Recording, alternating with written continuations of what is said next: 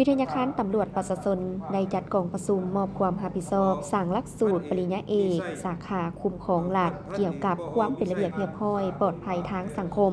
ในวันที่ 16 มิถุนายน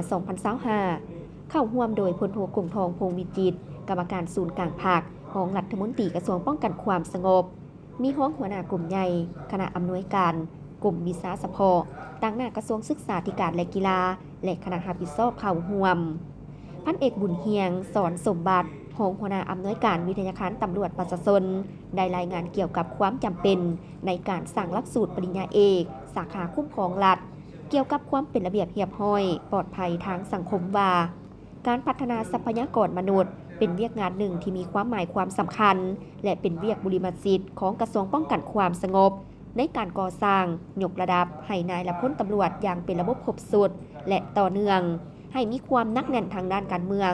มีคุณสมบัติศีลธรรมปฏิบัติมีจรรยาบรรณจรรยธรรมมีความรู้ความสามารถทางด้านเวียกงานวิสาสะเพาะของกำลังป้องกันความสงบสมคู่กับมาตรฐานตำแหน่งงานที่ได้รับการมอบหมาย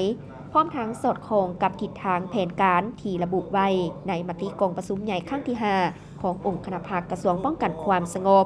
ซึ่งได้เน้นหนักเกี่ยวกับการปรับปรุงก่อสร้างกำลังป้องกันความสงบให้มีความเติบใหญ่ปลอดใสเข้มแข็งนักแน่น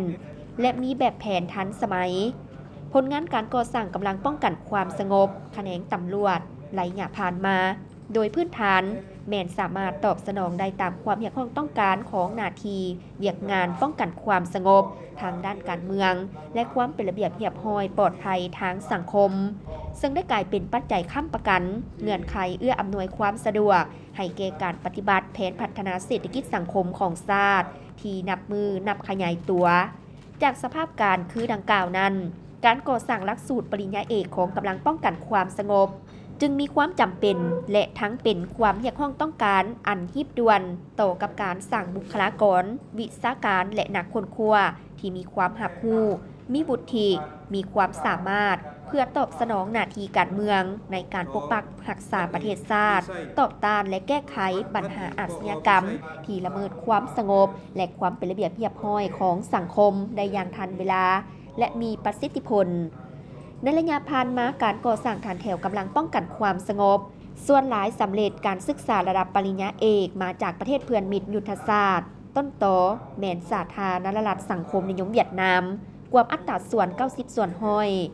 ฉะนั้นถ้าหลักสูตรปริญญาเอกได้ถูกสร้างขึ้นและหับห้องจะเป็นเงื่อนไขหนึ่งเพื่อแก้ไขการขาดเคินครูอาจารย์ซิดซ้อนขั้นมหาวิทยาลัยและเหนือมหาวิทยาลัยก็คือฐานแถวนักค้นคว้าวิทยาศาสตร์ที่พัฒนาทฤษฎีวิสาสะเพาะในกำลังป้องกันความสงบเฮ็ดให้การพัฒนาพื้นฐานทฤษฎีและพฤติกรรมอยู่ในเวียกงานดังกล่าวลึกซึ้งแทบเหมาะตัวจริงกับแต่ละระยะจากนั้นพันเอกคอนสวรรค์เคนสุวรรณรองหัวหน้ากรมก่อสร้างกำลังกรมใหญ่การเมืองป้องกันความสงบได้ผ่านข้อตกลงของกระทรวงป้องกันความสงบว่าด้วยการอนุมัติสร้างหลักสูตรปริญญาเอกป้องกันความสงบสาขาคุ้มครองรัฐเกี่ยวกับความเป็นระเบียบเรียบร้อยปลอดภัยทางสังคมอยู่วิทยาคารตำรวจประชาชนและผ่านข้อตกลงว่าด้วยการแต่งตั้งคณะรับผิดชอบ4นำรวมอนุกรรมการต่างๆในการสั่งบทวิพากษ์แผนการเคลื่อนไหวหลักสูตรปริญญาเอกป้องกันความสงบของวิทยาคารตำรวจประชาชน